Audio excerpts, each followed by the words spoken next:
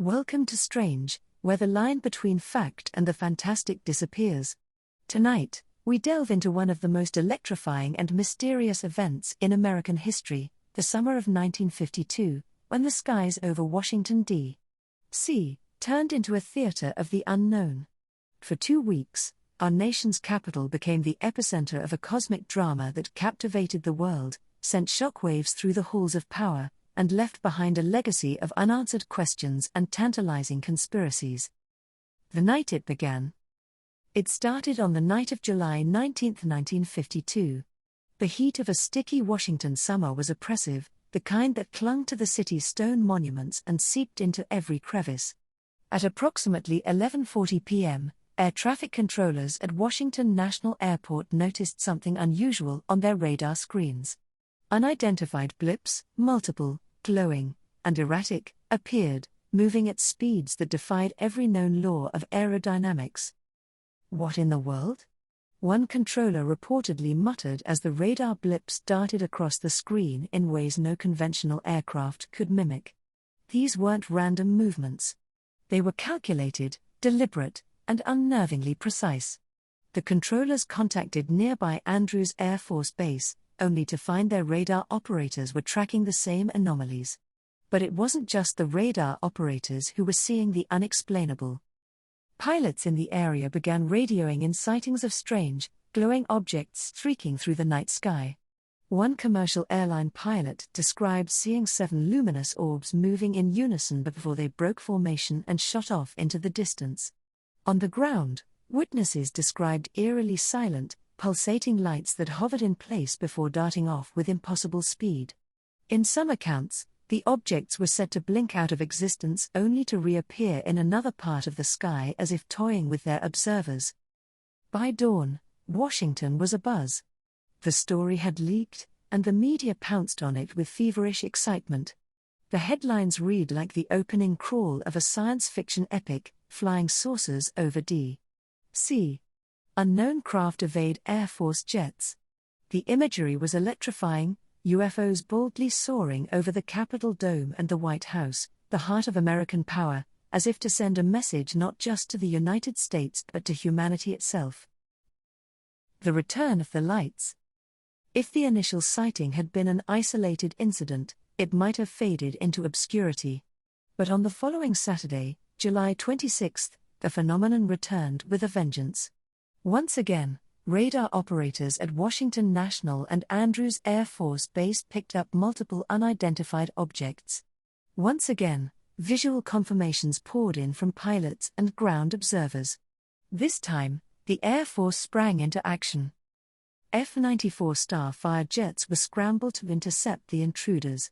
The pilots climbed into the dark skies, their eyes scanning for the mysterious lights that had everyone on edge.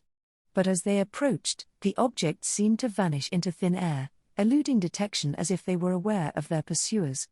Then, just as the jets turned back, the UFOs reappeared, mocking the efforts of the military to catch them. For many, this was the moment when the events crossed over from unexplained phenomena to outright conspiracy. How could these objects perform such impossible maneuvers? And why was the Air Force, the most advanced military force on Earth, unable to even get close to them? Enter the government spin machine. By now, the Pentagon was in full damage control mode. Public panic was spreading, and the media was fanning the flames. On July 29, the Air Force held an unprecedented press conference, the largest since World War II.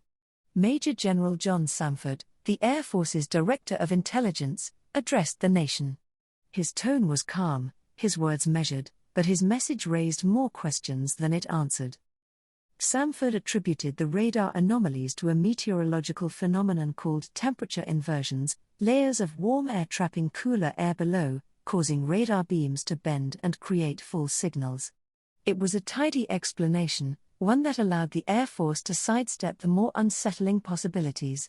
But it didn't explain the visual sightings, nor the object's incredible speeds and maneuverability. The public wasn't buying it. The press conference, far from quelling the speculation, only fueled it. People wanted answers, and the Air Force's convenient dismissal felt like a cover-up. After all, If these lights were just tricks of the atmosphere, why scramble jets? Why the secrecy? Conspiracies take flight. The events of July 1952 became the perfect breeding ground for conspiracies, many of which endure to this day. Among the most persistent theories is that the UFOs were extraterrestrial craft conducting reconnaissance over Washington.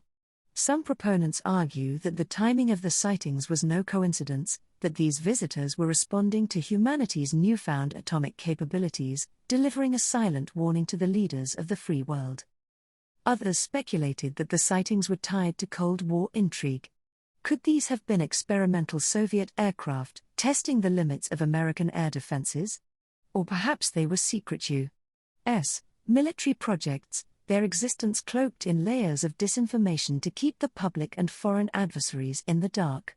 Still others whispered about Majestic 12, the alleged secret committee tasked with managing extraterrestrial affairs.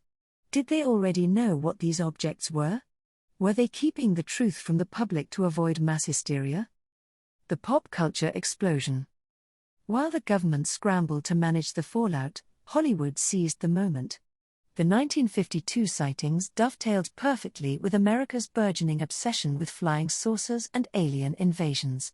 Just a year earlier, The Day the Earth Stood Still had captivated audiences with its tale of a benevolent alien emissary visiting Earth to deliver an ultimatum: choose peace or face annihilation. The imagery of sleek spacecraft hovering over Washington resonated deeply with audiences, blurring the line between fiction and reality. In the wake of the D.C. Flap, flying saucers became a mainstay of science fiction. Films like Earth vs. the Flying Saucers and comics like Tales to Astonish mind the public's fascination and fear of the unknown. The sleek, glowing craft described by witnesses became the template for UFOs in popular media, from the spinning saucers in Plan 9 from outer space to the ominous alien motherships of Independence Day. The legacy of the DC Flap.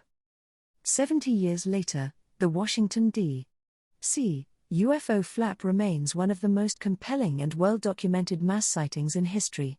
For skeptics, it's a textbook example of how environmental factors and Cold War anxieties can combine to create a perfect storm of misperception.